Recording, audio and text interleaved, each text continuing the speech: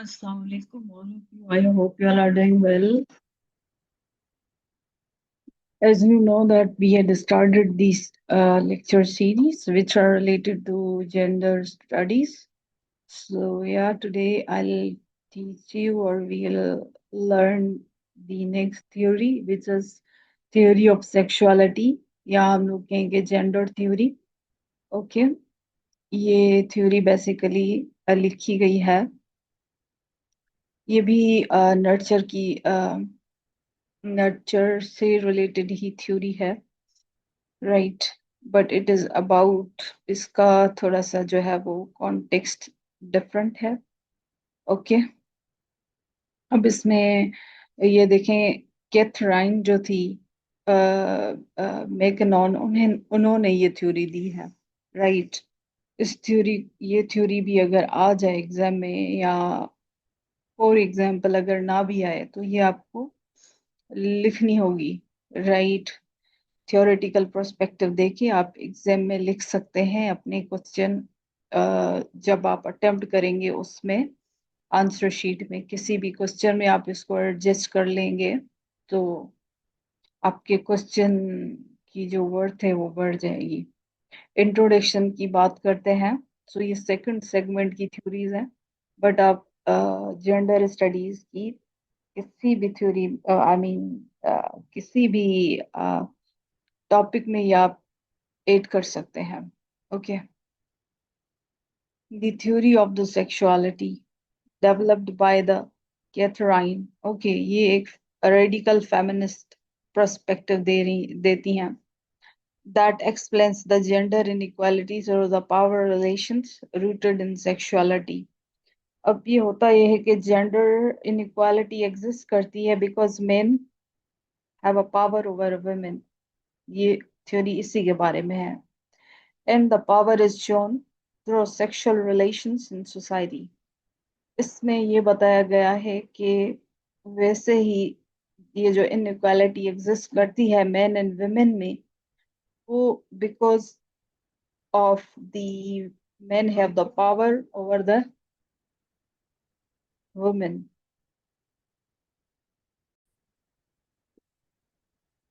Okay, so या इसमें basically ये जो हमारी सोसाइटी में चीजें डीप रूटेड हैं, उसी के बारे में ये बात की गई है.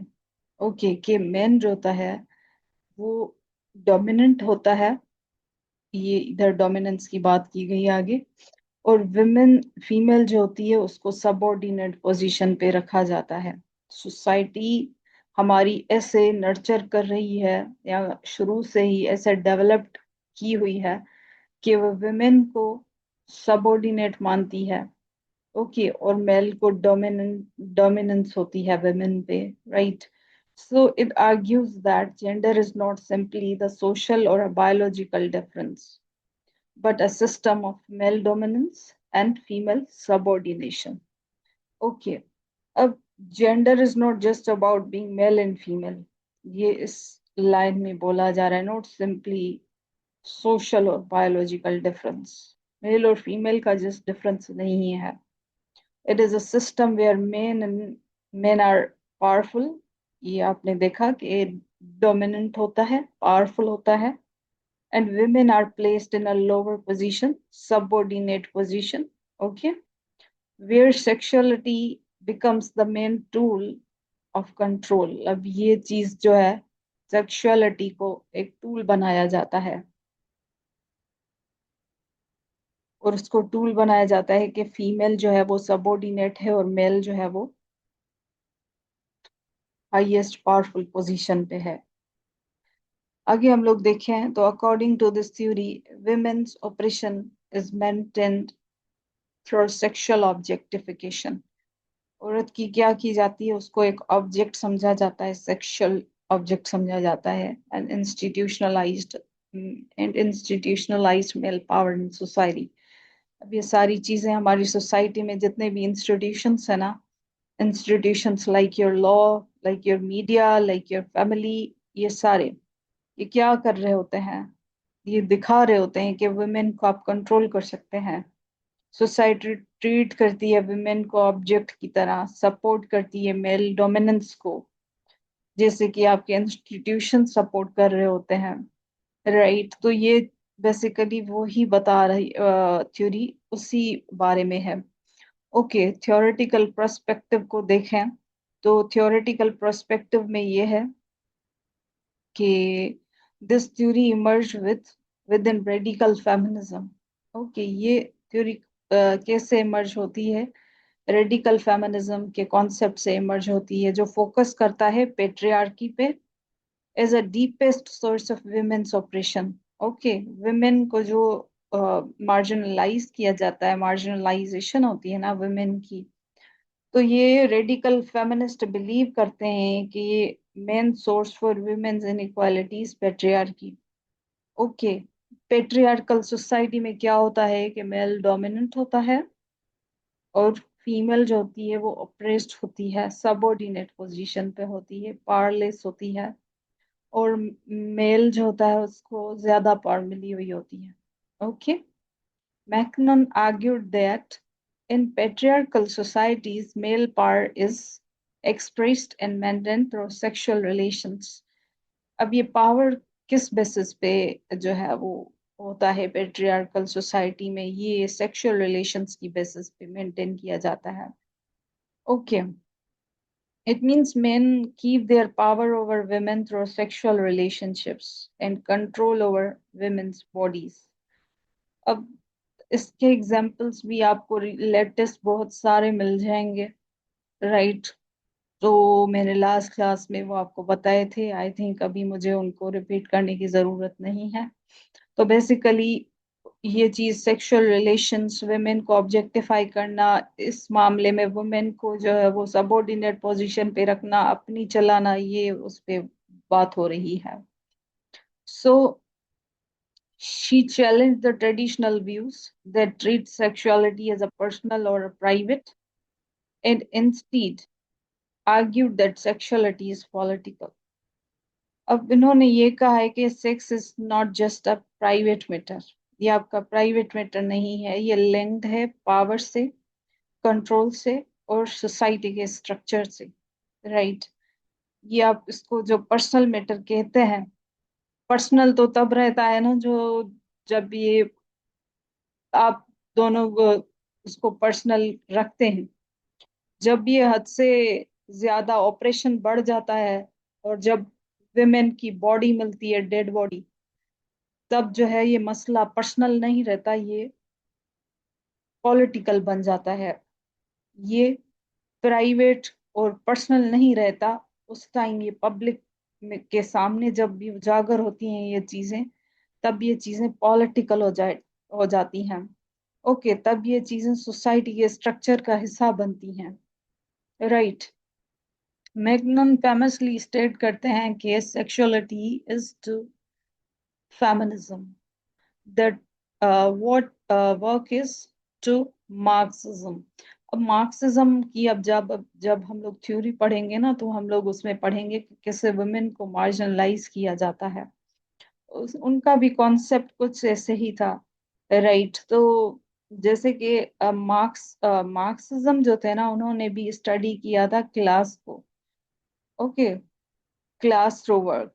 एंड फेमिनिज्म जो है वो स्टडी करते हैं इनइक्वालिटी को थ्रू सेक्सुअलिटी एंड पावर।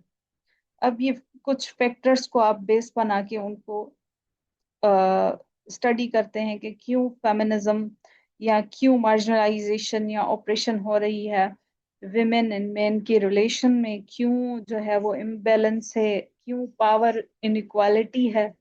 तो मार्क्सिज्म जो थे उन्होंने क्लास इनइक्वालिटी को डिस्कस किया था ना, और लेबर जो है उसमें, ये जो वर्कर्स होते हैं, लेबर्स होते हैं, हमारे वर्किंग क्लास जो है उसमें, इसमें मैं आपको थोड़ा सा बता दूंगी, थोड़ा सा कॉन्सेप्ट दे दूंगी इसके बारे में। मार्क्सिज्म की जो थ्योरी थी उसमें बेसिकली ये कहा जाता है कि देखें, जो ये बहुत बड़ी थ्योरी है वो हम लोग इसको डिस्कस करेंगे, पर ये है कि जब क्लास में इनइक्वालिटी आ जाती है ना, मेन एंड वुमेन की क्लास में, तो वो क्या होता है कि उससे जो है वो इनइक्वालिटी आती है, मुआशरे में जुल्म बढ़ता है। ओके, पावर एंड कंट्रोल जो है वो इम्बैलेंस हो जाता है। वो मतलब एक जो है वो पावरफुल होता है और कंट्रोल कर रहा होता है, और दूसरा जो होता है वो सबऑर्डिनेट पोजीशन पे होता है।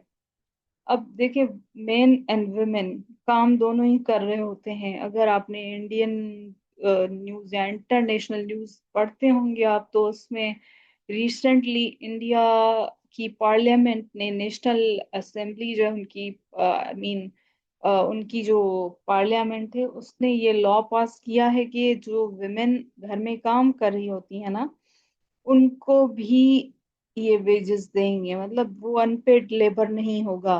Right.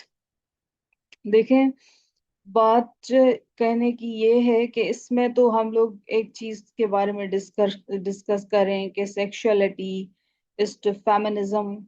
Okay, what work is to Marxism. Marxism के बारे में ये है कि जैसे मेल काम कर रहा होता है, विमेन भी काम कर रही होती है घर पे। और अगर वुमेन बाहर जाके, सपोज करें, मैं आपको बताऊं कि सपोज करें वो काम कर लेती है ना बाहर जाके, और उनको पेड लेबर भी मिलता है, उनको पे किया जाए, तो भी उनको उतना पे नहीं किया जाता। ओके, क्योंकि ये चीजें इतनी कंस्ट्रक्टेड हो गई हैं, मार्जिनलाइजेशन इतनी ज्यादा है हमारे मुआशरे में, इनक्वालिटी उसको उधर भी फेस करनी पड़ती है। और जब वो अर्न करती है तो वो पैसे जो है वो खुद पे नहीं खर्च करती, वो अपनी फैमिली को ही रिटर्न कर रही होती है। अगर वुमेन घर पे है तो वो अनपेड लेबर कर रही होती है। इसकी वजह से उसके काम को इतनी वैल्यू नहीं दी जाती, या उसके काम को इतना समझा नहीं जाता, जिसकी वजह से विमेन फिर भी डिपेंडेंट रहती है मेल पे, और मेल उसको डोमिनेंट पोजीशन पे रखता है। और ये वही सेक्सुअलिटी एंड पावर का जो है वो इम्बैलेंस क्रिएट होता है। तो ये थ्योरी बेसिकली इस फैक्टर पे बात कर रही है, क्योंकि इसका नेम ही आपने देखा था, तो आपको अंदाजा हो गया होगा main argument of this theory. Okay, ये आर्ग्यू करते हैं कि gender is created through a system of sexual dominance and submission. Okay, एक बंदा डोमिनेंट है और दूसरा सबमिसिव है। ओके, सप्टल है, प्लायबल है।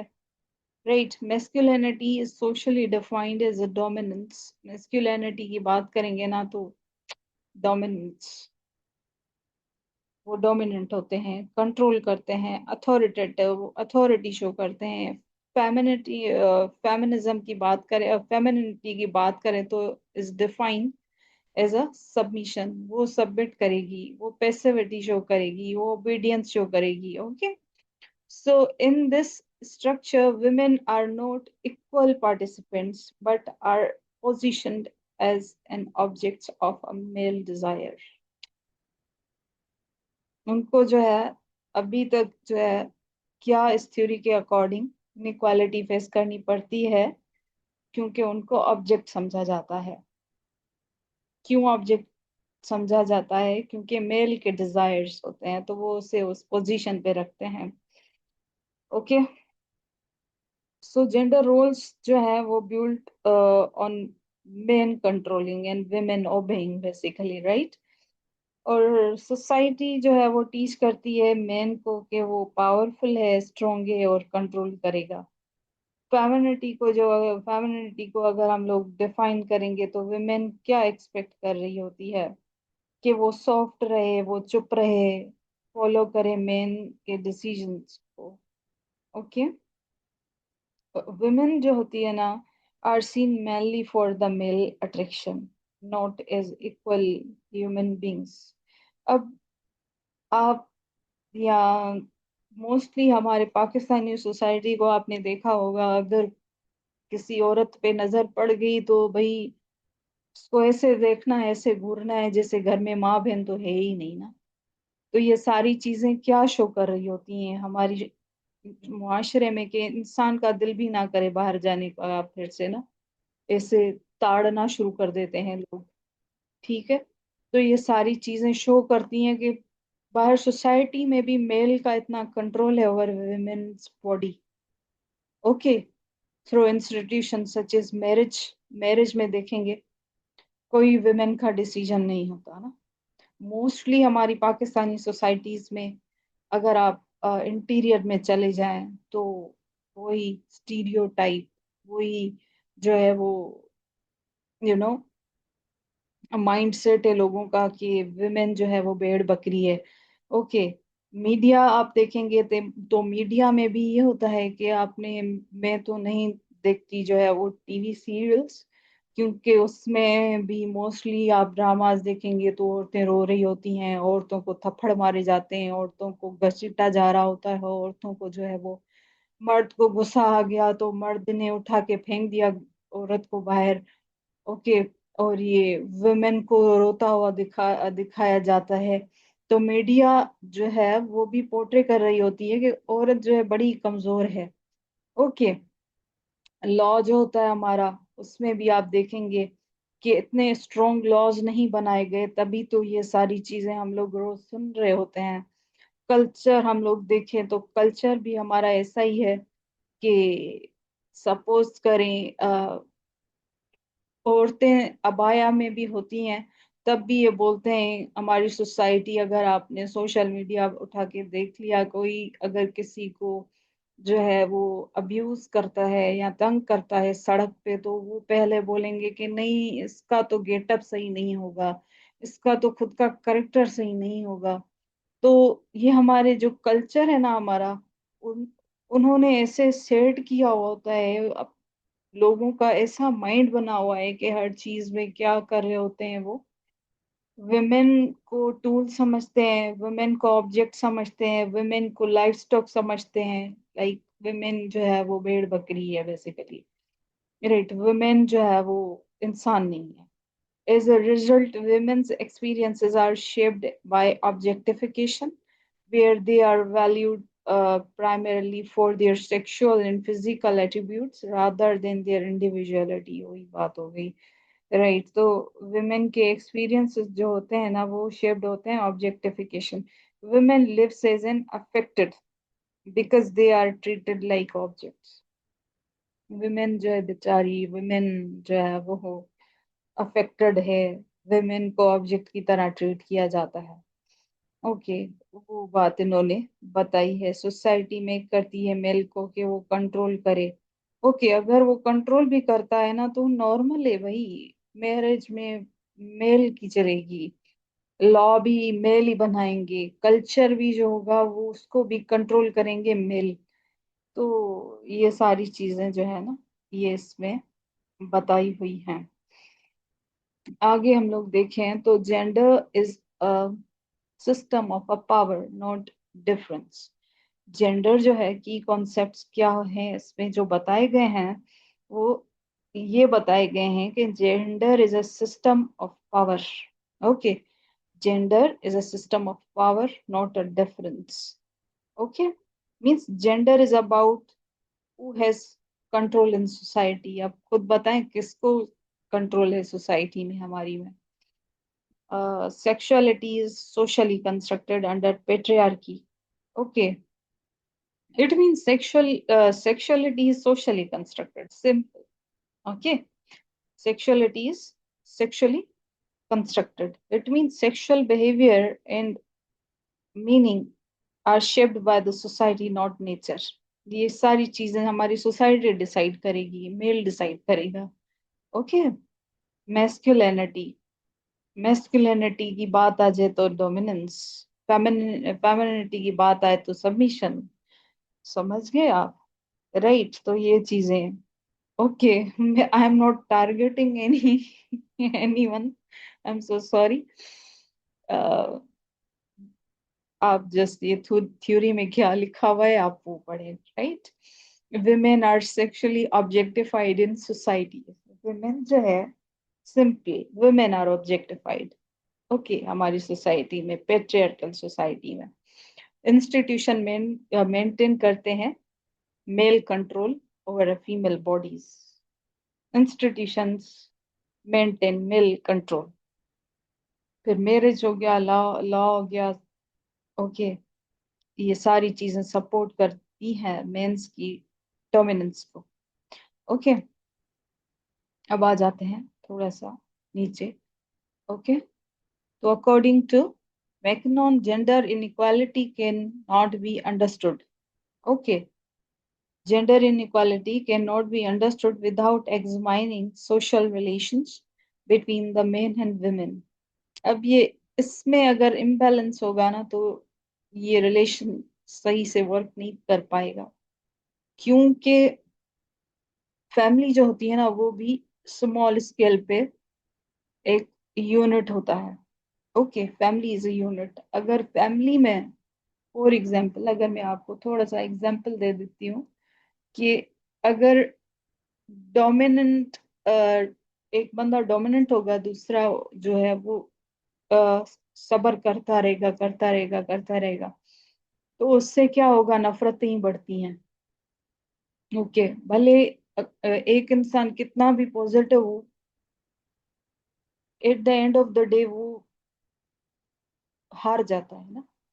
वो कहता है कि बस इनफ, बहुत हो गया. सो ये वही बात हो गई ना कि रिलेशनशिप सही नहीं चल पाते फिर. She argues that sexuality is not neutral. Okay, वो आर्ग्यू करती है कि sexuality is not neutral, it is shaped by the power. ये सारी चीजें जो है वो मेन पावर शो करता है, तो ये इसलिए न्यूट्रल नहीं रह पाती. Men dominate sexual relations and this dominance extends into social, political and economic life.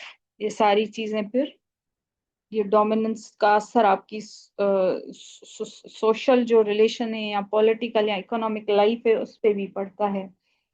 Okay, तो इन सिंपल वर्ड्स जो जेंडर इनइक्वालिटी होती है ना, उसमें क्या होता है कि main and women relate sexuality and जो है वो उसमें अ, उस एक वेक्टर को बेस बना के एक डोमिनेंट और दूसरा क्या, submissive. Right. Sex is not equal, it is influenced by male dominance. जैसे हमने पढ़ा कि it's not neutral, it is shaped by the power. Okay, men's control in sex also gives men power in social life too, political life too, economic life too. हर चीज में women फिर socially भी dependent रहती है, politically भी dependent रहती है, इकोनॉमिक लाइफ भी उसकी, इकोनॉमिकली भी वो मेल पे ही डिपेंडेंट होती है. women are treated. Okay, women को कैसे ट्रीट किया जाता है, as objects of the male desire, right, rather than independent individuals. औरत की अपनी मर्जी होती नहीं है, वो मेल का जो डिजायर होगा ना उस पे वो पपट बन के रहेगी. Okay, dummy, simple. This objectification is reinforced through media representations, pornography, advertising, okay, cultural norms. Over time, these representations normalize male superiority and female subordination. Simple words में ये लिखा हुआ है कि मीडिया कॉन्स्टेंटली शो करती है women as a beauty objects. Okay, जो strengthen करता है इनइक्वालिटी को. ओके, और आगे ये है कि समटाइम्स वुमेन जो है वो एग्री कर जाती है कि हाँ, तो वो अंडर प्रेशर रहेगी, उसको भले फुल फ्रीडम ना हो तो वो सब्र करके रह लेती है. ओके. ओके, तो ट्रेडिशनल मैरिजेस में भी आप देखेंगे तो men often make decisions while women are expected to obey. Right, advertisements show करती हैं वुमेन को as a beauty products, tool समझती हैं उनको, डेकोरेटिव ऑब्जेक्ट्स. वुमेन को जो है वो मतलब रास्ते पे पड़ी हुई कोई चीज समझ लें, या फिर अम्यूजमेंट की, तफरीह की जो है वो चीज समझ ले. राइट, उसी पे बात हो रही है. तो ये एम्फसाइज करते हैं कि the society calls consent is often influenced by unequal power relations. Marriage में अनइक्वल पावर रिलेशंस होता है, consent नहीं होता मोस्टली women का, meaning that women's choices are frequently shaped by the social pressures. Rather than true freedom, उसको true freedom नहीं मिल रहा होता। फिर जब वो सबमिसिव है तो फिर सबमिसिव है। ओके, ये एग्जाम्पल लिखा हुआ है ना। मैरिज स्ट्रक्चर्स में क्या होता है कि विमेन मेन जो होते हैं वो डोमिनेंट होते हैं डिसीजन मेकिंग रोल्स में। विमेन को एक्सपेक्ट किया जाता है कि वो चुप रहे, खामोश रहे, सपोर्टिव रहे, बस जैसे हो रहा है होने दे। Similarly media industries frequently portray करती हैं वुमेन को, वो ब्यूटी ऑब्जेक्ट समझती है उनको, रीइंफोर्स करी होती है इस आइडिया को that their value lies in appearance rather than capability, sorry. Okay, criticism पे आ जाते हैं। इस थ्योरी पे क्रिटिसिज्म भी हुआ है।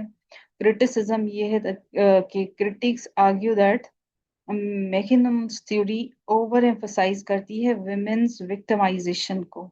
ओके, इग्नोर करती है फीमेल एजेंसी को। Sometimes some scholars also believe that not all sexual relations are based on dominance and submission. Liberal feminist argue करते हैं that theory presents a too rigid and negative view of sexuality and does not account for equality based relationships. Okay, ये इनका एक अलग नजरिया है और ये कुछ हद तक सही भी है। ओके, क्योंकि एक्सट्रीम हर चीज की जो है वो हर रिलेशन में नहीं होती। राइट, जैसे कि आपके घर में सारे लोगों का उठना बैठना बात करना एक जैसा नहीं होता, वो मिजाज के आ, एक जैसे नहीं होते। सिमिलरली रिलेशनशिप्स भी एक जैसे नहीं होते। कुछ लोग सिंसियर भी होते हैं, कुछ लोग दूसरों की राय की इज्जत भी करते हैं, कुछ लोग इज्जत रखते भी हैं। राइट। राइट, तो ये सारी जो क्रिटिसिज्म है ये कुछ हद तक बेहतर सही भी है। ये शो करता है कि women not only as a weak and ignores their strength. अब हम लोग जो है वो इस क्रिटिसिज्म इस थ्योरी में मोस्टली ये बताया गया है ना कि women जो है वो वीक है और अपनी स्ट्रेंथ को जो है वो इग्नोर कर रही होती है। Okay, women also have a power in choices, जैसे कि उन्होंने बोला है कि it ignores the female agency ना। तो women को भी पावर होता है, चॉइसेस उसको भी मिली हुई होती हैं। एंड ये थ्योरी उस चीज को कंसीडर नहीं कर रही है। Okay, some relations are equal and respectful. Yes, कुछ रिलेशंस जो होते हैं वो इक्वल और रेस्पेक्टफुल भी होते हैं। और ये शो करता है सेक्सुअलिटी जो है ना only as a control and oppression which is too extreme. ये लिबरल जो फेमिनिस्ट हैं वो इस चीज के बारे में जो है वो बात कर रहे होते हैं, ये बता रहे हैं या ये इसमें नेगेटिव व्यू जो है बोल रहे हैं कि इसमें ज्यादा बताया गया है सेक्सुअलिटी का। और इन्होंने इक्वालिटी पे बात क्यों नहीं की, क्योंकि रेस्पेक्टफुल रिलेशनशिप भी होता है। ओके, इक्वालिटी की बेसिस पे भी रिलेशनशिप होता है। सिंपली हम लोग अगर कंक्लूजन पे आए तो in conclusion the theory of the sexuality by MacKinnon explains gender inequality जो है through the lens of the sexual power and patriarchal dominance. Okay, ये इनइक्वालिटी जो है सेक्सुअल पावर में और पेट्रियार्कल डोमिनेंस पे ज्यादा फोकस करती है। हाईलाइट करती है कि how social institutions normalize male control over the women and how sexuality becomes a mechanism of oppression. Despite criticism, it remains powerful framework for understanding gender as a system of structured inequality. Okay, it means that gender जो है is based on who has a power in sexual relationship। Simply ये theory ये कहती है। उसके बाद ये है कि men control society and keep women in lower position। ये थ्योरी इसी पे बात कर रही होती है कि अगर मेल को जो कंट्रोल है तो वो वुमेन को पावरलेस समझेगा और उसको लोअर पोजीशन पे रखेगा। ओके, तो सिंपली जेंडर इनइक्वालिटी एग्जिस्ट करती है because sexuality is use as a system of power where men dominate करता है एंड वुमेन जो है वो सबऑर्डिनेटेड होती है थ्रू द सोशल इंस्टीट्यूशंस। तो ये सिंपल थ्योरी थी बहुत, जो आप अपने वर्ड्स में भी लिख सकते हैं। अब ये कुछ कोटेशंस हैं। रेडिकल फेमिनिस्ट कैसे इसको इंटरप्रेट करते हैं, या थ्योरेटिकल आर्गुमेंट, या मैकनोन की ये जो थ्योरी, आई मीन कोटेशन है कि sexuality is feminism that work on Marxism. Okay, masculinity is defined as a sexual dominance and femininity as a sexual submission. सारी जो थ्योरी में बात की गई है वही इसमें बात की हुई है। Okay, gender is a hierarchy of the power expressed through the sexuality. Okay, तो ये थी आज की थ्योरी। अगर आपको लेक्चर अच्छा लगा हो तो don't forget to hit the like button and subscribe my channel. ना बहुत सारा ख्याल रखें। ओके, थैंक यू, अल्लाह हाफिज, टेक केयर।